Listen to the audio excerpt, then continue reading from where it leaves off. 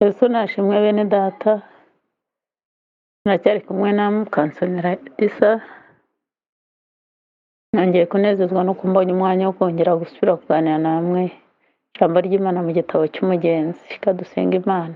Teka Imana yacu, tugushimiye ko tukiriho kandi tugushimiye ko tukiri mu rugendo tukinarukomeje. Duhe imbaraga zo muri rwo, ijambo ryawe tugiye kumva ridutera umwete n'imbaraga n'urukundo n'urukumbuzi rwo kumbura igihugu tujyamo kuruta icyo dutuyemo. Uzafasha abazarikurikira bose bazahabwa umugisha w'ubugingo buhoraho ku bwa Yesu. Amen. Reka dusome ijambo ry'Imana mu rwandiko rwandikiwe Abaheburayo, igice cya 2 umurongo wa 1 turageza ku murongo wa 4. Ari kuvuga ngo nicyo gituma dukwiriye kurushaho kugira umwete wo kwita ku byo twumvise kugira ngo tudatembanwa tukabivamo. Mbese ubwo ijambo ryavugiye mu kanwa k'abamarayika ryakomeye kandi ibicumuro byose no kutaryumvira bikiturwa ingaruka irikwiriye, twebweho tuzarokoka dute nitwirengagiza agakiza gakomeye gatyo kabanje kuvugwa n'umwami wacu, natwe tukagahamirizwa n'abamwumvise. Imana ifatanije nabo guhamya, ihamirisha ibimenyetso n'ibitangaza n'imirimo ikomeye y'uburyo bwinshi n'impano z'umwuka wera zagabwe nk'uko yabishatse. Amen. Imana tugire neza. Ayo niyo magambo dutangije dusubukura aho twari tugeze ku gitabo cy'umugenzi. Ubwo duherukanye twasomye igitabo cy'umugenzi tukigeza ku nyumba nziza, aho umukristo yari ageze bakamwakira avuye gutambuka ku ntare zari zamuteye ubwoba n'andi makuba menshi yaciyemo n'imisozi biruhanya n'ibindi byinshi yabonye, ariko Imana ikomeza kumuteza imbaraga zo kugenda no gukomeza hatitaweho ibyago byinshi byari bihari. Imana nishimwe cyane. Nyuma rero dusomye iri jambo riratubwiye ngo nicyo gituma dukwiriye kurushaho kugira umwete wo kwita ku byo twumvise kugira ngo tudatembanwa tukabivamo. Imana itugirire neza. Tukwiye kugira umwete wo kumva ijambo ry'Imana, kabone n'ubwo waba waragisomye ukagisomerwa n'amagambo menshi y'Imana wabwiwe kandi uzi nawe wasomye wabwirije n'abandi, ariko Bibiliya iratubwira ngo nicyo gituma dukwiriye kurushaho ni ugukunda ibintu iteka, mu gitondo ukarushaho, nimugoroba ukarushaho. Imana nitugirire neza. Urugendo rujya mu ijuru tuganiraho ntacyo gukuramo kirimo, ahubwo dukwiriye kurushaho tukongeraho, nk'uko Petero yabivuze ngo kwizera mukongereho, ingeso nziza muzongereho, kumenya mukongereho, gukunda bene data. Yagiye avuga ko twongeraho. Ikibabaje muri iyi minsi abantu aho kongeraho ahubwo bagenda bakuramo. Imana iturinde gukuramo, Imana idufashe cyane. Turakomeje rero kuri rwa rugendo rugana mu ijuru, tugiye kongeraho igice cya 3 mu gitabo cy'umugenzi. Igihe duherukaniye rero twasize dusubikiye ku nyumba nziza. Aka gatabo nk'uko nabivuze, Mukristo wamaze kumva ijwi rya muryege cyangwa umukumirizi. Muryege ni izina risobanura, muryege ni umuntu uba maso ku murimo ashinzwe gukora, ntiyigera asinzira, ntawugirire ubute. Nicyo muryege risobanuye. Imana idufashe cyane. Muryege rero amaze kumwakira cyangwa umukumirizi, Mukristo amaze kumugeraho nk'uko duherukanye, aka gatabo kavuga yuko ngo Mukristo yamubwiye ati se ko nakererewe narara ahangaha, cyane ko yabonaga ngo iyo nyumba ari nziza, ari iy'igikundiro. Ntabwo umuntu w'Imana ahora mu bintu bisharira gusa. Imana irakwimurika kujyana no mu by'igikundiro, ukongera ikagarura uburyohe, ikakunezeza, ukamenya ko mu nzira atari ukubabara gusa, ahubwo harimo guterwa, ariko harimo no gutabarwa. Aha yari ageze rero hari mu buryohe, hari mu munezero ku nyumba nziza. Si inyumba nziza ivuga iki? Inyumba nziza ni inzu y'Imana, ni mu rusengero. Niyo mpamvu udakwiye kwicara aho uri ngo uvuge ngo uzasengera iwawe, ngo ntacyo bitwaye, ngo n'abajya mu nsengero ngo abonye ntacyo bakurusha. Barakikurusha, ndetse bazakikurusha n'ikindi gihe bazakikurusha. Ko mu nzu y'Imana tuhumvira ibintu tutakumvira mu nzu zacu. Mu nzu y'Imana tuhumvira ibihumuriza. Mu nzu y'Imana niho twumvira ijuru, niho tubonera abamarayika, niho tubonera ibyo tubona, twumva ijwi ry'Imana. Ntabwo arya amajwi yose y'abantu b'Imana bo mu nzu y'Imana yagusanga iwawe. Hoya, gira umwete ujye ujya mu rusengero, uzakurikira ijambo ry'Imana. Inyumba nziza ni urusengero. Nubwo abantu bagira amazu meza ya etaje atatse ameze neza, ariko rwose ntabwo aba mu Imana nk'uko Imana ibarizwa mu rusengero. Uko umutwara umukenera ukamusanga ku biro, na Yesu agira aho bamushakira ni ku rusengero. Inzu y'Imana ifite amasezerano akomeye. Salomo Imana yaramubwiye ngo uzayinjiramo, uzayinyuraho, uzayireba, uzaza ababaye, uzaza yaracumuye azahabwa imbabazi, abazayitakiramo bazasubizwa. Imana nitugire neza. Inyumba nziza nagira ngo ngisobanure nkubwire ko inyumba nziza ni mu nzu y'Imana. Kandi nanone mu nzu y'Imana wavuga ute se ahandi ho ntiyayibagamo? Nibyo, ariko hari igihe Imana iguhera ibihe byiza mu nzu y'Imana, ukagera amezi y'ibihe byiza cyangwa imyaka y'ibihe byiza. Ntabwo umukristo ahora mu ntege nke, ntahora no mu mbaraga. Aha yari ageze rero hari mu mbaraga. Imana ishimwe cyane. Ku nyumba nziza rero ngo ahageze ngo arayirebye abona ari igikundiro, ngo asaba kuhacumbika. Ako gatabo karavuga ngo mukumirizi mu ryegera aramubwira ngo ngewe akazi kanjye karako kuguhamagara no kuguhumuriza, kuko ari uko umutima n'intare. Ikindi, iyi nzu igira amategeko. Ntabwo mu nzu y'Imana umuntu wese akora icyo ashaka. Ntabwo bose baba pasiteri, bose si abadiyakoni, bose si abaririmbyi, ariko bose bafite imirimo bashinzwe mu nzu y'Imana. Ryegere ngo yaravuze ngo ngewe ndavuza inzogera, hanyuma abari mu nzu nibaza bakavugana nawe bakagushima, bagashima imvugo yawe, nibo bafata umwanzuro wo kukwakira. Mu nzu y'Imana haba gahunda. Ujye wubaha na gahunda zo mu nzu y'Imana, aho uzakurikira ijambo ry'Imana. Imana nitugire neza cyane. Wavuze inzogera, wasohoka umukobwa mwiza witwa Nyirarukundo. Mu nzu y'Imana haba urukundo rutaba ahandi, rutaba ahandi rwose. Habayo urukundo rw'Imana. Inkundo ni nyinshi, ariko habayo urukundo rw'Imana, kandi urukundo rwa Kristo ruzima ruva mu maraso ya Yesu. Nyirarukundo ngo yaje kwakira uwo mugenzi, ngo aramubaza amazina ye. Mukristo arivuga. Mukristo yivuze neza, aravuga ati kuri ubu nitwa Mukristo, kera nitwaga Sinagira ubuntu, ariko kuri ubu nitwa Mukirisitu. Umuntu rero aba agomba gutanga ubuhamya, akamenya uwo ari we, akamenya ko kera n'uyu munsi atameze nk'uko yari ari kera. Ariko niba warasubiye inyuma ukumva wasubiye mu bya kera, nabyo ukwiye kubimenya, hanyuma ugatandukana nabyo. Imana idufashe. Aramubwira ngo kera nitwaga Sinagira ubuntu, ngo ariko kuri ubu nitwa Mukirisitu. Ngo kandi nagira ngo muncumbikire, ngo cyane cyane ndashakishwa kurara hano, nuko numvise ko iyi nyumba yubatswe na nyiri uyu musozi wa Siyoni, ngo kandi numvise ko yayubakiye abagenzi ngo bacumbike babemo amahoro, ngo nanjye nakererewe, ngo ndifuza kuhacumbika. Rero ngo Nyirarukundo nawe ntabwo yahise afata icyemezo, yahamagaye ngo abandi bo mu nzu, ngo haza abakobwa batatu, Mwubahimana na Mwirinzi na Mwigengesero. Abo nabo ngo bahageze bamubajije uko yitwa, bamubaza ibyo bagomba kumubaza. Bamaze kumubaza, bumvise imvugo ye, bumva ni umunyakuri, baramwakira. Mu nzu y'Imana ntabwo dupfa kwinjizamo abantu bose ngo uze uyu munsi wari indaya ngo duhe tukwakira. Oya, hari aho unyuzwa. Ujya umuntu ajya ku gice akiga inyigisho z'umubatizo, bakamusobanurira neza, nyuma akabatizwa, nyuma yo kubatizwa akakirwa, akazajya ku ifunguro rye. Mbese bigira gahunda. Ni ubwo buryo rero mu nzu y'Imana hari ba Nyirarukundo, hari ba Muryege, hari ba Mwirinzi, hari ba Mwubahimana, hari na ba Mwigengesero. Ni amazina y'abantu b'Imana bakijijwe neza, bashobora kugufasha mu rugendo rujya mu ijuru. Ariko ushobora kubonayo n'abandi badakijijwe, ntuzatangare, ariko ntibizakubwire ko hatari mwabeza. Aka gatabo kavuga neza ko ngo bamwinjije, ngo bamugejeje mu nzu, baramubaza. Ariko mbere y'uko bamwinjiza, hari amagambo bamubajije ageze mu nzu bamwakira.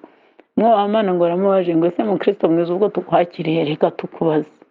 Imana ishimwe cyane. Mu nzu y'Imana umuntu arivuga agatanga ubuhamya, ukihana ku giti cyawe, ugira ibyo ubazwa n'ibyo ubwira abandi n'ibyo usubiza. Si ngombwa ko ibintu byose wabyumva ngo uceceke. Nawe ufite uburenganzira bwo kuhavugira uko ubyumva muri icyo kiganiro, kandi ugafashwa. Baramubaje ngo ni ukubera iki utangira urugendo ukavirimbukira, utubwire byagenze bite kugira ngo uvire iyo ugera aha ngaha? Ko ari bake bageraho, ko ari imbarwa bageraho. Bene data, igihe umaze mu rugendo n'ubwo ubwo ukaba urushye, ariko Imana ishimwe ko ukiri mu nzira. Imana ihimbazwe cyane. Ngo kandi ko iyi nzira, kubera icyo wahisemo iyi nzira ikakugezaho. Kristo avuga ngo byabaye nk'uko Imana yabishatse. Barongera baramubaza ngo mbese nta baturanyi wagiraga? Ibyo bintu arabisobanura uko bamunaniye. Nta mugore n'abana se? Aravuga ati rwose ndamufite, mfite umugore n'abana 4, kuki mutazanye? Ubushize twabivuzeho ngo asobanure ko batabikunze, batabishimye, batabyemeye, babihinyuye, babirwanije. Ibisobanuro yatanze byarumvikanye. Bimaze kumvikana rero, ngo hari amagambo bamubajije ngo mbese bababwirije ubutumwa bwiza, ati cyane. Warabasengeye se? Avuga ko yabasengeye. Ibyo n'ubushize twarabivuze, ariko ndagira ngo nongere mvuge ibintu bagiye bamubaza bitari bikeya. ngo baramubajije ngo mbese kubera iki umugore n'abana batemeye kuza, ngo abana bakundaga iby'iki bintu by'abasore b'ubu, ngo umugore agakunda iby'isi, ngo kwizera no gukabya kwanjye nibyo bamporaga, mbese ntabwo wabyangije n'ingeso zawe, ingeso zanjye nziza zimwe byinshi, ngo ariko nagerageje kuberera imbuto. Imana nitugirire neza cyane. Aka gatabo karavuga ngo bakomeje kuganira iby'umwami, ngo bamwereka inzandiko, bamwereka ngo ndumva ari mu gice cya Matayo, igice cya mbere ndibwira niba atari Yohana, bamwereka ngo inzandiko zihamya umwami Yesu n'amavuko ye, uko ari umuntu wa kera, uko yahozeho ariko akiyoroshya akicisha bugufi. Ibisekuru bya Yesu byose barabimwereka kugira ngo amenye Yesu neza. Mu nzu y'Imana ugomba kumenya Yesu neza, ukagira abigisha batandukanye babifitiye umuhamagaro n'ubwenge n'ubuhanga babihawe n'Imana kugira ngo bigishe abinjira mu nzu y'Imana bamenye Yesu neza. Bamubwira Yesu neza, Yesu ngo aramwumva, aramumenya n'amasekuru ye, amwizera noneho amumenya. Urumva ko mu nzu y'Imana harimo ibintu byinshi.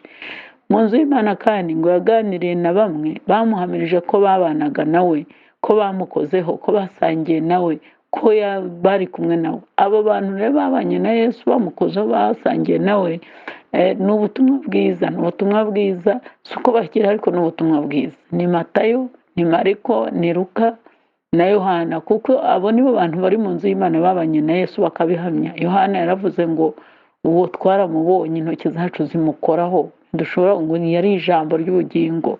Na Petero yigeze kubivuga ngo twari kumwe nawe kuri wa musozi wera, imyenda irarabagirana, ngo Mose nayo irabaraboneka, ngo niyo mwadukubita ntibishoboka ko twabihakana, ko turabizi twibaniye nawe, tumukoraho, yahoranye natwe.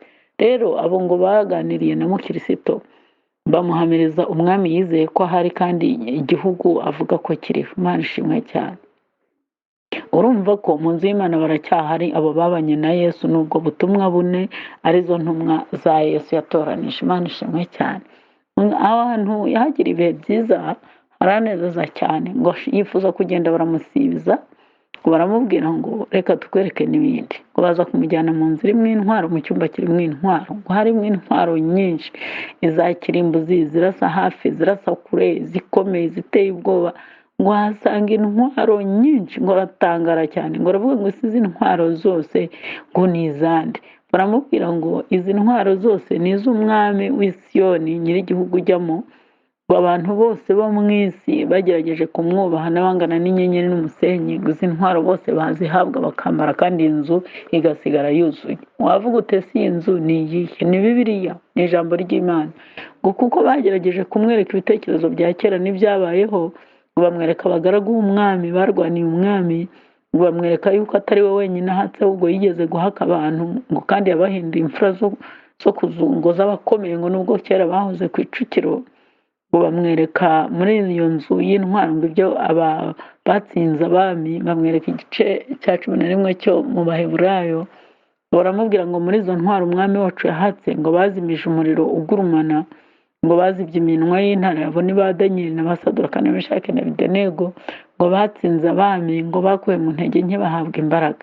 Imana ishimwe cyane. Muri iyi nzu y'intwaro ngo baramubwiye, bamubwira amasekuru y'abantu umwami wacu yahatse, ngo kandi bamweretse bimwe banesheje. Imana ishimwe. Ngo bamweretse akasa k'indogobe Samusoni yicishije Abafilisiti 1000, ni amagambo ari mu Bacamanza. Ngo bamwereka umuhumetso n'amabuye Dawidi yicishije Goliyati, ngo nabyo barabimwereka. Ngo bamwereka amakondera n'ibibindi Gideyoni yatsindishije Abamidiyani. Urumva ko iya nzu y'intwaro ni Bibiliya. Ni Bibiliya, iyo ukurikiranye usanga ari Bibiliya. Mwene data, Bibiliya ni inzu yuzuye intwaro za kirimbuzi, izirasa hafi n'izirasa kure. Pawulo nawe yaravuze ngo dufatamira ibitekerezo mu mitima y'abantu tukabigomorera Imana. Ubugome bwose bwari imbere yacu tugakupita hasi ibihome. Nta handi iyo nzu y'intwaro wayisanga ni Bibiliya. Bibiliya ni igitabo gitangaza, giteye ubwoba, kirimo imbaraga zose umukristo ashobora kurwanisha intambara iyo ari yose kandi agatsinda akanesha. haleluya, imana ishimwe cyane. Kuri iyi nyumba nziza haranejeje cyane, habona ibintu bikomeye, ngo bamweretse n'inkota ngo umwami wacu azaheruka kwicisha wa munyabugome ari we Satani, ngo agatsembwa n'umwuka wo mu kanwa ke. Nayo ni amagambo aboneka mu Batesalonike ndibwira. Imana nishimwe cyane.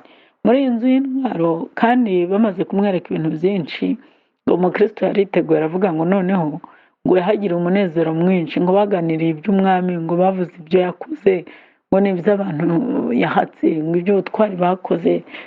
Umukristo ngo aranezerwa cyane, yuzura umunezero mwinshi ku buryo yibagiwe ibirohanya, yibagiwe intare n'ibindi, ngo agira umunezero n'imbaraga. Aka gatabo karavuga umukristo yifuza gukomeza urugendo, ngo baramusibiza baramubwira ngo usibire kugira ngo ejo nihataba icyokotse tuzakwereka imisozi yegereye Siyoni. Mu nzu y'Imana rero uko atinda Imana igenda iguhishurira ibindi, iguhishurira ibindi. Imana ishimwe. Ngo nk'ejo bamujyanye ku misozi miremire, ngo bamutegeka kureba ikusi, ngo akurikijeho izuba rirasira. Imana nihimbazwe. Izuba ni Yesu. Hari igihe asa kwiyereka akaguhishurira n'ibindi bikomeye abantu batakwereka. Ngo bamwereka imisozi myiza, ngo y'ibigombe, ngo n'urwuri, ngo rimwe imbuto, imisozi myiza cyane. Ngo arabaza ngo siriya misozi ngo ni iyande? Baramubwira ngo ni iya Emanuweli, ngo hariya tukweretse nuhagera nabo bazakwereka irembo ry'ururembo rw'i Siyoni. Bene data, mu nzu y'Imana iyo hatinze ugenda ubona ibintu, ubona kimwe ubona ikindi. Hari ibintu bidashira, hari iyerekwa ritarangira, hari iyerekwa ritarambirana. Imana ishimwe cyane. Hanyuma ngo yifuza kugenda, yifuje kugenda, bagenzi baramujyana bavuga ati noneho ngwino tugusubize muri ya nzu y'intwaro.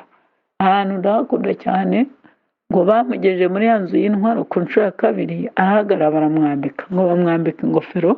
Ni intwaro ziri mu Befeso 6 ku murongo wa 10.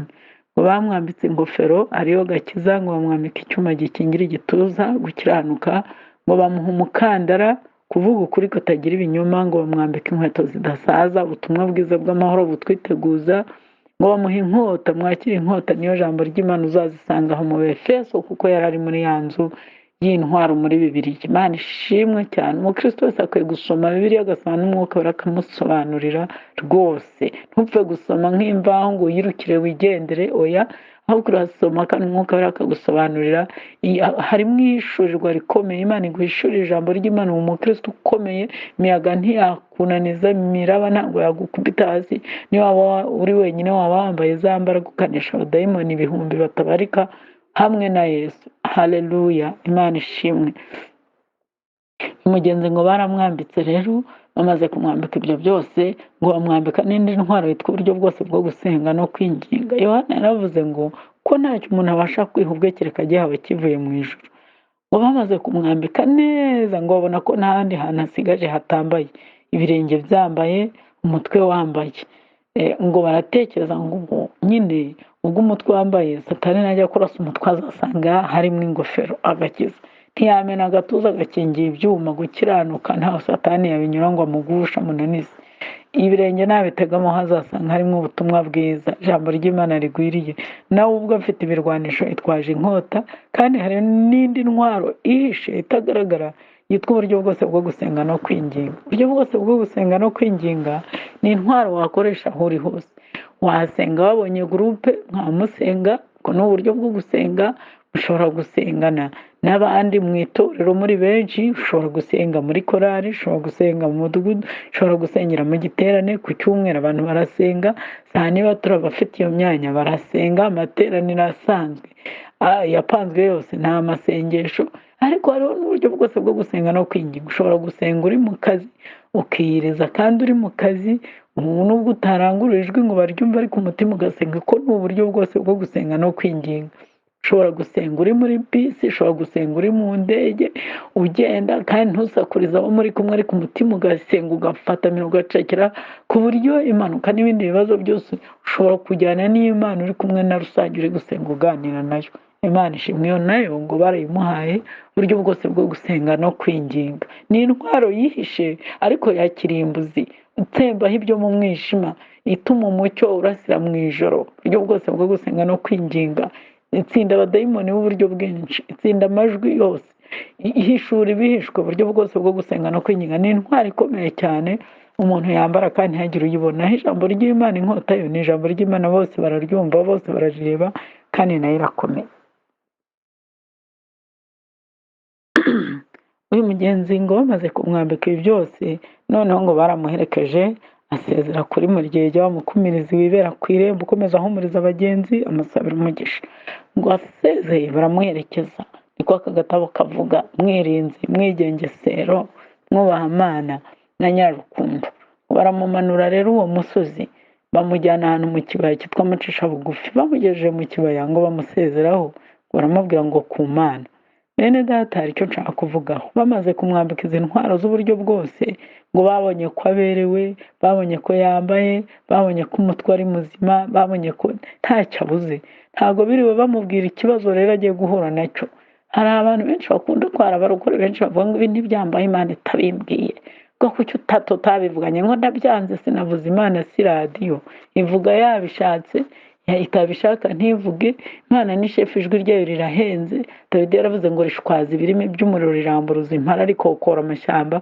Ariko umuntu wese akitokeza ngo yagombaga kumbwira.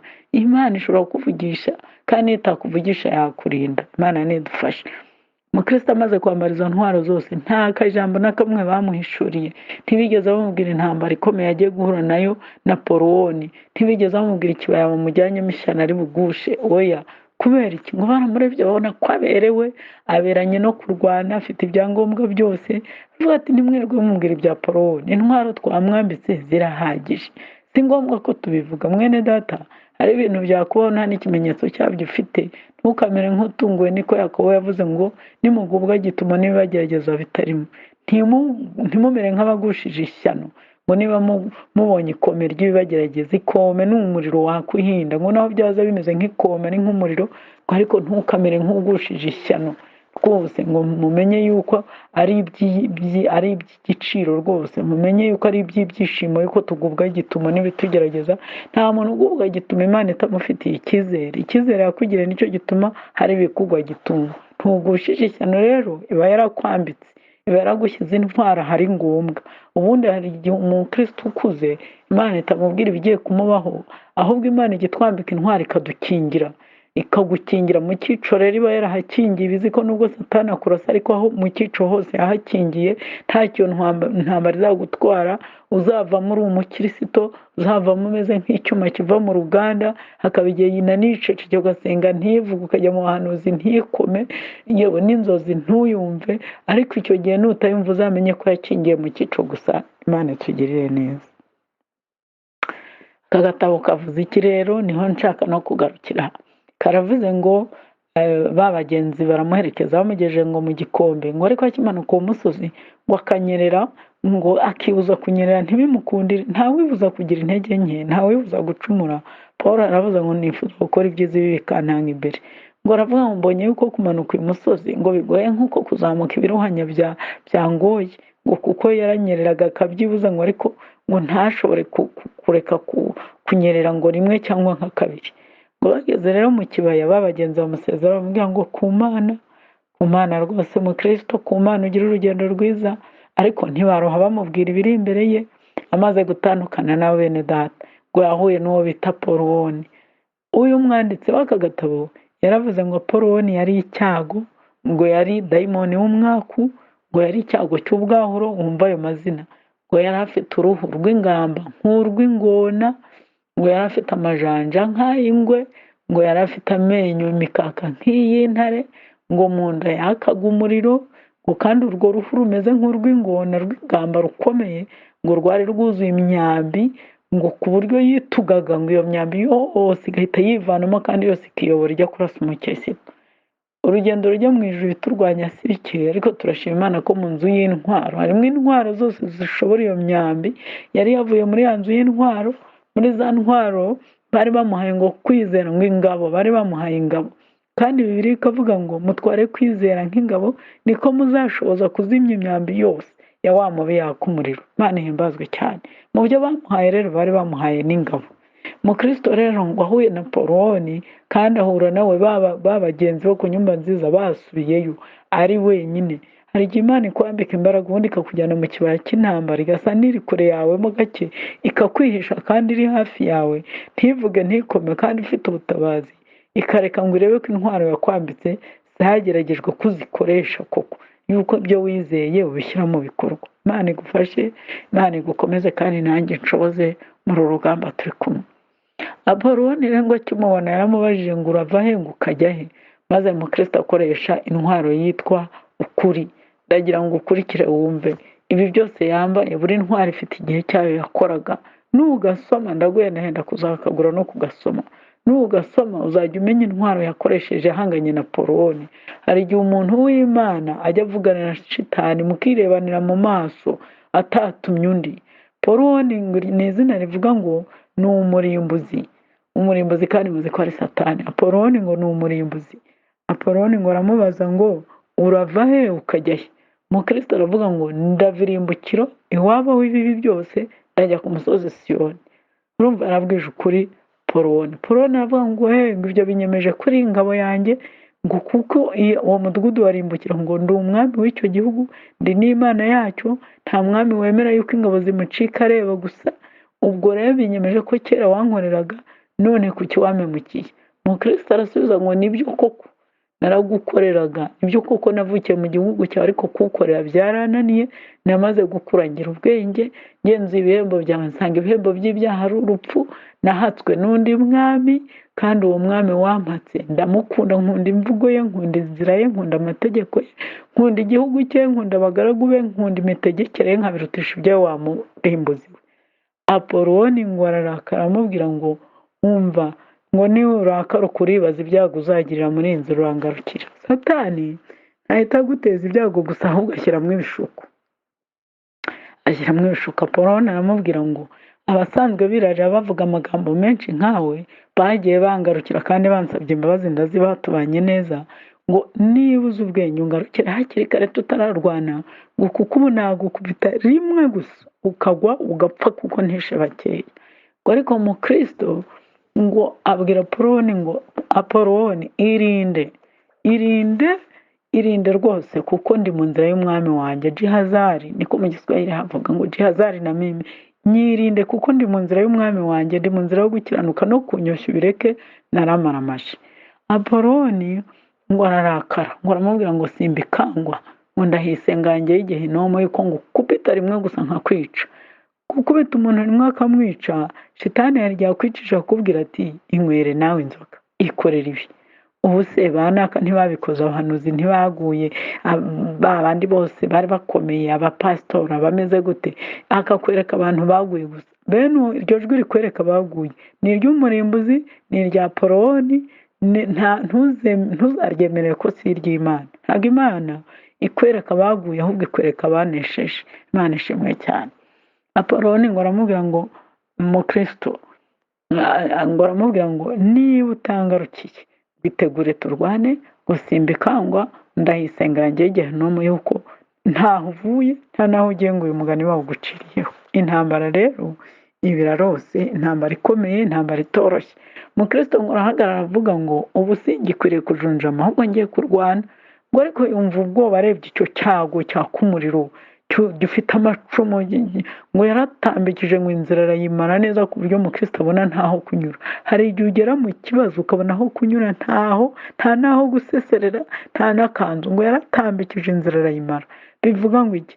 Bivuga ngo hari igihe Satani atambikiza akamara inzira, ukavuga uti ninkataha ndaba nyuze mu bitari ubushake bw'Imana, nincaha ndaba niciriye inzira mazima, ndaca aha ngaha mu kuri, kandi uko kuri kukaba kuri bukwicishe, kukaba gushobora kukuzanira n'ibyago mu kazi, kukaba kwakuvana ku mwanya mwiza, kukaba kwakwaka umutima n'imibereho yawe n'abana, mbese ugasanga urazitiye. Aho naho nuhagera uzatekereze witonze mwene data, urutisha igihugu, urutisha ubugingo indamu za none.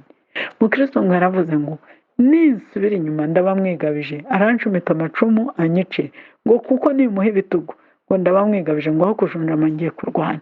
Ngo kandi yibutse ko inyuma hadafurebye. Ndagira ngo mva aka kajambo, imbere niho bari bambitse intwaro. Ni umuntu w'imbere wari wambaye imbaraga, wari wuzuye umwuka wera, wari ufite agakiza, wari ufite ijambo rihagije, wari ufite kwizera, wari ufite amasengesho. Ariko uw'inyuma iyo wagiye mu mubiri ukajya mu bwoba ugasubira inyuma, iyo ntambara ntuyitsinda. Mukristo yaravuze ngo nimuha ibitugu ndaba mwigabije, arancumita amacumu anyice, kuko inyuma ntihafurebye. Mwene data, inyuma ntabwo hafurebye. Inyuma turarwara amakanseri nk'abandi, inyuma turapfusha, inyuma turabyara, inyuma abana bararumba, inyuma abagabo n'abagore barananiranwa, inyuma induru zo mu rugo ni nk'iz'abandi, inyuma ubushomeri burahashobora, inyuma n'umurengwe ye urahafata, umuntu akarengwa, agahaga, agasinda, agasambana, akibagirwa iby'Imana. Inyuma ntihafurebye. Ndaguhendahenda ngo nturwanishe inyuma. Nurebesha amaso y'inyuma uzananirwa inzira, nurebesha amaso y'inyuma uzasubira inyuma nyine. Mukristo ngo yarebesheje ukwizera, aravuga ngo nimuha ibitugu inyuma ntihafurebye, arancumita nyice. Ibyiza ntabwo njunjama, ngiye kurwana nawe. Ukwiye kurwanisha rero intwaro z'Imana zose. Mukristo rero ngo arahagarara arwana na Poloni. Poloni ngo atangira kumurasa imyambi.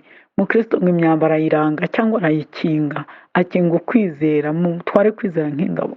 Ngo ariko ngo Poloni ngo arituga, uko yitugatugaga rero ngo uruhu rwe rw'ingamba rumeze nk'urw'ingona, ngo imyambi yavuyemo ari uruhurirane, ngo arasa mu kirisiti imyambi y'uruhurirane, ngo kandi buri mwambi winjiraga umeze nk'umuriro, ngo ukanamutwika. Mukristo ngo iyo myambi mumara intege. Hari igihe ibigeragezo bimara intege z'umukristo, ariko nubwo intege zacogora, ntukave ku izima ngo ureke ubukristo, uzakomeze kwizera nubwo ibintu byashira. Mukristo rero ngo Poloni aramwipfunyira, ngo amaze kumwipfunyira neza neza, ngo arayihanukira kumurangiza, ngo Mukristo agukubiri n'inkota. Ngo Poloni bamurashe ukuboko, yarashe ku kiganza, ngo arasa mu mutwe, ngo arasa n'ikirenge. Indi myambi yo ngo yari uruhurirane. Mukristo ngo yaviriranaga amaraso, ngo avirirana amaraso yabaye imyishore. Hari igihe umuntu ahura n'akaga n'urugamba akavirirana wese, mbese akavirana imbaraga zigashira. Mukristo ngo agukubiri n'inkota, niko ako gatabo kavuga. Ngo ariko ngo Poloni arihanukira amubwira ngo ndagushoboye, yongera uvuga ya magambo, ngo yihanukire ngo amwica muhorahoze, ngo ndakwisha nk'uko nabivuze. Ngo Mukristo kubw'imbabazi z'Imana ngo asingira inkota, ngo ayicumita uwo mubisha, ngo inkota yimucumise. Ngo Poloni atanda amababa nk'ay'imbwa yiswa, ngo araguruka aragenda ntiyongera kumubona. Mukristo ngo areguka ariko asanga imbaraga zarashize. Mwene data uteze amatwi ijambo ry'Imana, ushobora kuba umaze igihe urwana na Poloni mu rugo iwawe, cyangwa Poloni mu kazi, cyangwa Poloni ubundi igikombe cyamucisha bugufi si cyiza. Aho kugira ngo umuntu amanurwe mu ntera, ni bakeya banesha igikombe cyamucisha bugufi. Washobora ukabanza guca bugufi ukazarangiza uzamurwa hejuru, ariko igikombe cyamucisha bugufi kiravuna rwose. Ushobora kunyagwa ibyari biguhesheje izina ry'icyubahiro, ukaba ugeze mu gikombe cyamucisha bugufi. Ushobora kwiga amashuri ntubone akazi gahwanye n'amashuri wize, ukaba uri mucisha bugufi, ugasuzugurika nk'utarize, ugahembwa udufaranga nk'utw'umuntu wize segonderi yonyine, cyangwa se ukabona ntari n'utarize ukurusha kubaho. Ibyo cyo ni igikombe cyitwa mucisha bugufi. Mucisha bugufi iravuna, mucisha bugufi irica, mucisha bugufi utahabaye maso, aho ibitugu Satani akamucumita akamwica. Mucisha bugufi rero harwana umuntu w'imbere, iyo ushyizemo iby'umubiri kuko wacishijwe bugufi n'ibyo wahuye nabyo, urugamba rurakunanira. Mukristo rero ngo yegura umutwe. Poloni amaze kumucumita inkota, iryo jambo ry'Imana, ngo asanga imbaraga zaramukamanye, ngo asanga nta ntege, asanga ya myambi yamumazemo imbaraga, yamunyaza amaseka, ibyishimo ntabyo. Uyu mwanditsi w'aka gatabo yaravuze ngo ntawashobora kuvuga iyi nkuru y'intambara ya Poloni na Mukristo. Yaravuze ngo kereka jye wari uhari. Ngo kuva batangira kurwana, ngo Poloni yarivuga, ngo yari afite imyivugo agatontoma. Ngo Mukristo naho ngo ntiyigeze agaragaza umunezero, ngo nta na rimwe. Umwanditsi Bunyane yaravuze ngo nta na rimwe nigeze mbona amwenyura. Ngo yamwenyuye amaze kumenya yuko acumise umubisha inkota, ngo nibwo yamwenyuye aravuga muri byose turushishwaho kunesha n'uwadukunze. Ngo ariko muri iryo rwano nta na rimwe Mukristo yigeze agaragaza umunezero cyangwa ngo aseke. Ngo ariko ngo icya kabiri yari afite, uwo mwanditsi yaravuze ngo nta wakwigeraniriza umuniho Mukristo yanihaga, ngo no kwivuga bya poroni ngo kereka agiye wari uhari. Bene data, hari igihe umukristo ahura n'intambara akagira umuniho w'imbere mu mutima, yambaye neza, kumureba inyuma ubona nta kibazo, ariko imbere umuntu w'imbere afite umuniho ukomeye kubera ikimuhagaze imbere. Aho naho iza ntwaro zose ngo ntabwo zananiwe kuhatsinda. Imana ihimbazwe. Soza rero aka gatabo karavuga ngo umukristo amaze kurwana na poroni yamenye ko intege zabaye nke kubera ikigeragezo, ngo yaricaye kuko kuri ya nyumba nziza ngo abagenzi bamusezeraho hari ikindi bamuhaye impamba, ngo bamuhaye umutsima, bamuha iseri ry'inzabibu zumye, ngo bamuha n'icupa ry'amazi, ngo bateganya ko yagira inyota n'inzara. Ngo yibuka yuko bamuhaye umutsima, yibuka ko afite amazi, yibuka ko afite iseri ry'inzabibu, ngo aricara ngo arya umutsima, ngo anywa n'amazi, ngo arahembuka. Imana nitugirire neza cyane. Ngo hanyuma ngo akirya umutsima n'ayo mazi impamba, ngo yahishuriwe ikiganza, ngo ikiganza kimuhereza ibibabi by'igiti cy'ubugingo, ngo bya bibabi ngo arabivuguta bisiga ku nguma, ngo ziruma uwo mwanya ngo yongera kugira ubutwari nk'ubwa kera. Hari igihe Imana yomora inguma z'umunyamibabaro, kuko niko Yobu yavuze ngo niyipfuka inguma z'umunyamibabaro, Imana ikazikiza, zakira ukongera ukishima, ukongera ukagira ubutwari, ukongera ugakunda Imana, ukongera ugakumbura ijuru, ukongera ukababarira abanzi bawe, ukongera ukaririmba, ukumva indirimbo zaraje, ukongera ukumva gufashwa kwaraje, amatwi akazibuka, ntiwongere kumva amajwi mabi ya cya gihanda porowoni. Imana nitugire neza cyane. Reka mvuge rero ku myambi itatu aka gatabo kerekanye imyambi y'uruhurirane yamumazemo imbaraga ndetse aravirirana, ariko kerekana n'imyambi itatu. Kavuga n'aho ariho imyambi yarashwe, ngo bamurashe mu mutwe. Ushobora kumbaza cyangwa kwibaza, si umuntu uko bari bamwambitse intwaro, kuki imyambi yamuhamye? Umuntu agiye hambara urya w'imbere, ariko uw'inyuma arababara. Uw'inyuma sinababwiye se ko apfusha, ko asonza nk'abandi kandi akarya nk'abandi, kandi uw'inyuma nyine arya ibyo uw'imbere atarya, ntibasangire igaburo ryabo si rimwe. Imana itugirire neza. Niyo mpamvu kumva ijambo ry'Imana ni ngombwa, gutinda mu nzu y'Imana ni ngombwa. Ni wowe imbere uba ujya kwambika, ariko uw'inyuma yambara ibyo mu isoko, ibyo hanze, iby'inaha, ariko uw'imbere yambara ibindi inaha batagurisha mu masoko, kereka ku isoko ry'ijambo ry'Imana. Imana ishimwe cyane. Ushaka kukwibaza ngo kuki imyambi yaramuhamye nyine, ariko mbere ntangira nakubwiye ngo Imana ikingira mu cyico gusa, nta handi imyambi ikagufata. Yagufata wahura n'ibibazo bikubabaza, uwo mwambi uba winjiye, ariko ntibavuze ko aguye mu cyico n'umuntu w'imbere. Ntuva kwizima, urakomeza ukizera. Muri ibyo yaravuze no ku byo tubona mu isi tugumane ukwizera, niba inshuti zicumuye tugumane ukwizera, mu ijoro tuzabona ibyo twizeye byose. Imana ishimwe cyane. Umukristo rero ngo amaze kwicara no kurya impamba ni ugutwara impamba nyine. Ijambo ry'Imana Dawidi yaravuze ngo naribike mu mutima ngo rindinde kugucumuraho. Yeremiya yaravuga ngo njyewe iyo ndibonye nkaryara imbere umunezero. Ahandi Dawidi yaravuze ngo ijambo ryawe ngo ndarikunda ubu bugeni, ngo ryishimira nk'ugabana iminyago myinshi. Ni impamba yo mu rugendo, ni ukwibuka ibyo wigeze kubona byiza, ni ukongera kwibuka iminsi ya kera, ukaramburira Imana amaboko, nta mwigisha, nta muhanuzi, nta nzozi urose, ariko ukongera ugatekereza imigisha y'Imana wigeze kwakira. Iyi myambi rero itatu, iyi myambi itatu, umwambi wo mu mutwe. Hari igihe Satani arasa umukristo ahantu nko mu mutwe. Iyo akurashe umwambi wo mu mutwe uracanganyikirwa mu bitekerezo, ukibaza, ugatekereza byinshi, ibikuri imbere ukabona ntuzabinesha, ukibaza uti urubanza ndimo nzarutsinda sinzarutsinda, ubushomeri nzabuvamo nzabugwamo, ese iki gihugu ndakibamo ndagishoboye cyangwa birananiye, uru rugo nzarusazamo cyangwa biranze. Mbese umwambi wo mu mutwe n'umwambi wo mu bitekerezo. Iyo umwanzi yakurashe mu bitekerezo, ntugifashwa n'indirimbo, ijambo ry'Imana ntirigufasha, uracanganyikirwa, akakwereka ko bikomeye. Mbese umwambi wo mu mutwe aba yakurashe mu bitekerezo, akagucanganyikisha rero ibintu byose ukibaza ko bitazashoboka. Uwo ni umwambi wo mu mutwe. Iyo akurashe umwambi wo mu biganza, ngo yarashe ku biganza amaboko, aba yarashe mu mirimo. Iyo akurashe mu mirimo, urya icyacumu ukumva nta kibazo, kandi imbere baragitangaga adahaswe, ubibwiwe n'umwuka wera. Ukarya amaturo ukumva si ngombwa no gutura abakene, wafashaga imbabazi zigashira, imirimo yo gukiranuka wakoraga yose ukajugunya. Aba yararashe mu mirimo, amaboko ni imirimo, ni mu mirimo, iyo akurashe mu mirimo no kurepeta mba ntacyo bikubwiye, ibintu byose wakoranaga ishyaka nawe ugwase byose urarekura ukarambika ari ukumva kujya nuko utajyayo birasa.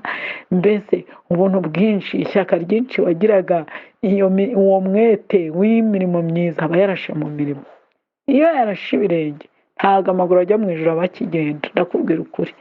Uba wicaye hamwe wibereye aho, naho wajya mu ndirimbo bakarepeta ariko we ntaho ujya, ugenda ujya mu ijoro waraparitse. Hariyo abantu baparitse barashwe amaguru baraparika, bicaye mu nzira ariko mu itorero ntibamuhagaritse, ntabwo byagaragaye ko yaguye. Muri korali baracyamufite mu makayi, yewe banahamagaye nta rutara afite, ariko yarashwe, umuntu w'imbere yarashwe ibirenge ntaheruka kugenda. Imana igufashe nanjye mfashe. Mukristo rero ngo ariko yishuriwe icyo kiganza nicyo kinezeza, ngo ahabwa amababi y'igiti cy'ubugingo, ngo ayo mababi ngo aravuga utasiga kuri za ngoma zose zirimo ngongera kugira ubutwari nk'ubwa mbere.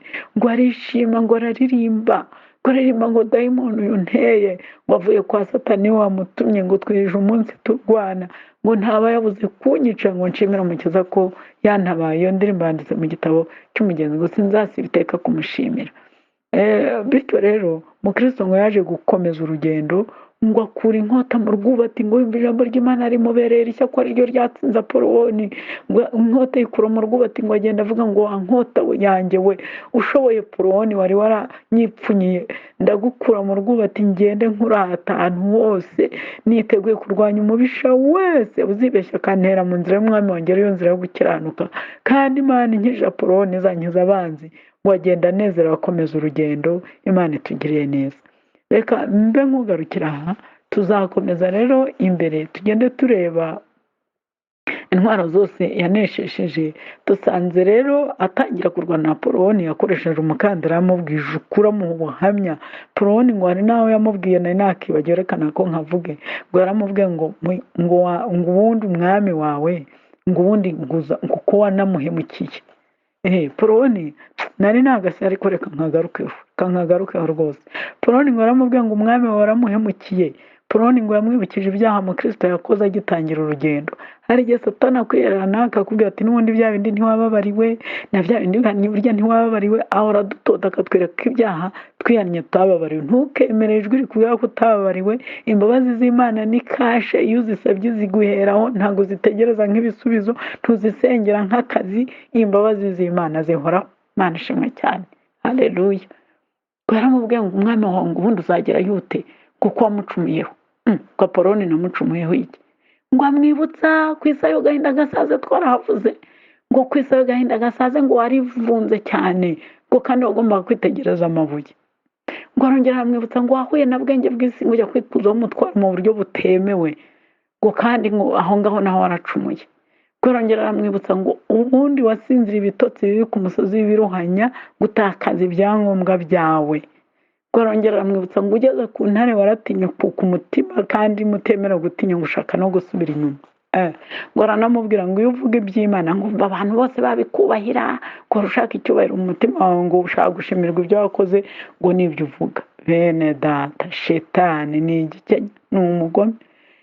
Satani urumva ko yamwibukije ibyaha byo mu itangira ry'urugendo, kandi Mutabazi yaje kumusayura. Tayari Imana yamuhereye imbabazi aho ngaho ko yahaboneye ubutabazi bumuvana mu isayo. Yamwibukije ibyo kwa bwenge bw'isi, kandi umubwirizabutumwa yahuye nawe aramuhugura icyo cyaha kibabarirwa, aramusoma amubwira ko akomeza urugendo. Yamwibukije ko yataye umuzingo, kandi uwo muzingo yasubiye yarihana arawushaka, asubizwa imbaraga ze n'ibyangombwa. Imana ibimuhera imbabazi.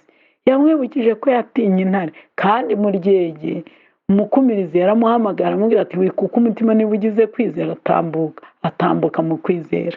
Bishaka kuvuga iki? Ndagira ngo mubwire ngo ibintu Satani akwibutsa ko utabariwe warabyihannye, ntukabyemere, kuko Satani ajya twibutsa ibyo twacumuye akatubwira ko nta mbabazi, kandi twabiherewe imbabazi. Ariko ngo icyatumye Umukristo amutsinda, ngo yaramubwiye ngo bishawe ngo uvuze bike, hari n'ibindi wibagiwe kuvuga, nanjye nzi ubwanjye, ngo ariko izo ntege nke nazanduriye mu gihugu cyawe ni wowe wazinyanduje, kandi umwami nkoresha nkubaha ni umunyembabazi, yambabariye ibyo byose unshinja. Ni umunyembabazi akurusha n'imbabazi, nicyo gituma mukunda. Rero Satani ntakagufatire ku bintu wari waratuye ngo akubwire ko utanesheje, utababariwe. iryo jwi rya satani rirahahora, ariko mu by'ukuri Imana yakubabariye umunsi bisabira imbabazi. Umukristo arakomeza urugendo, agenda anejejwe n'ijambo ry'Imana, ngo ijambo ry'Imana ryongeye kumubera ibyishimo n'indirimbo, ngo iyo nkota ryo jambo ry'Imana ngo ayikura mu rwubati, arivugira ahagaragara, ritangira ubuhamya, yemera ko umubisha wese uzamutera ijambo ry'Imana rizamutsinda, kuko yasanze ririmo imbaraga nyinshi. Imana nitugirire neza, kandi hariho n'imiti yagenewe abagenzi kuvura inguma, byose biboneka mu ntwaro z'ijambo ry'Imana. Imana igufashe nanjye ifashe mwene data, ukomeza urugendo rujya mu ijuru. Rurimo byinshi, rurimo ibigoranye, ariko rurimo n'ubutabazi, rurimo n'Imana. Imana iduhane umugisha ku bw'aya magambo. Ubutaha tuzakomereza mu gikombe cy'igicucu cy'urupfu, tugere no mu butayu, tuzakomeza mu rurembo rw'imburamumaro, tuzakomeza no kwa Bwiherero twumva uko yatabawe, tuzakomeza tugera no kuri ya misozi y'igikundiro bamweretse ari ku nyumba nziza. Ibintu by'igikundiro byiza batwereka biba kure, ntabwo biba hagati yabo intambara, ariko ibyiza by'amasezerano meza biba hirya y'intambara. Aho nituhagera nibwo uzumva ibyo yumviye ku nyumba nziza uburyo yabibonye.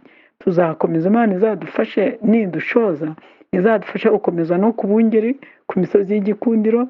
Imana izadufasha tunyure no mu gihugu cy'abariganya. Imana izatugirira neza, dukomeze no mu gihugu kiroze, twumva uko yaharwanya akatsinda. Imana nidufasha tuzakomeza tugere muri Bewura, kugeza ubwo tuzambuka uruzi, urugendo rujya mu ijuru, tukaba turushoje mu ncamake. Imana iguhe umugisha uzakurikiza inyigisho, ndagusabira ngo Imana izagufashe gufashwa nazo, no gukomezwa nazo, no gusobanukirwa, kandi uzagura agatabo k'umugezi umwuka arazarushaho kugusobanurira, uzajya umenya intwaro warwanisha ugeze ahantu. Imana iduhane umugisha muri ayo magambo mu izina rya Yesu, amen. Mana yacu, gushimira aya magambo tuvuze atari makeya, ariko umwuka wera yashoreye mu mitima y'abazayakira, kandi yongere nanjye ambere mashya, nshoboze Nyagasani gutsinda Apoloni uri imbere yanjye. Fasha abera bose barwana na Apoloni, ya nkota ntibayitakaze, abayitakaje bongere bayisingire kubw'imbabazi zawe. Ijambo ryawe rizaduhesha ubugingo budashira, kuko ari byo twifuza. Ibyo turwane nabyo byose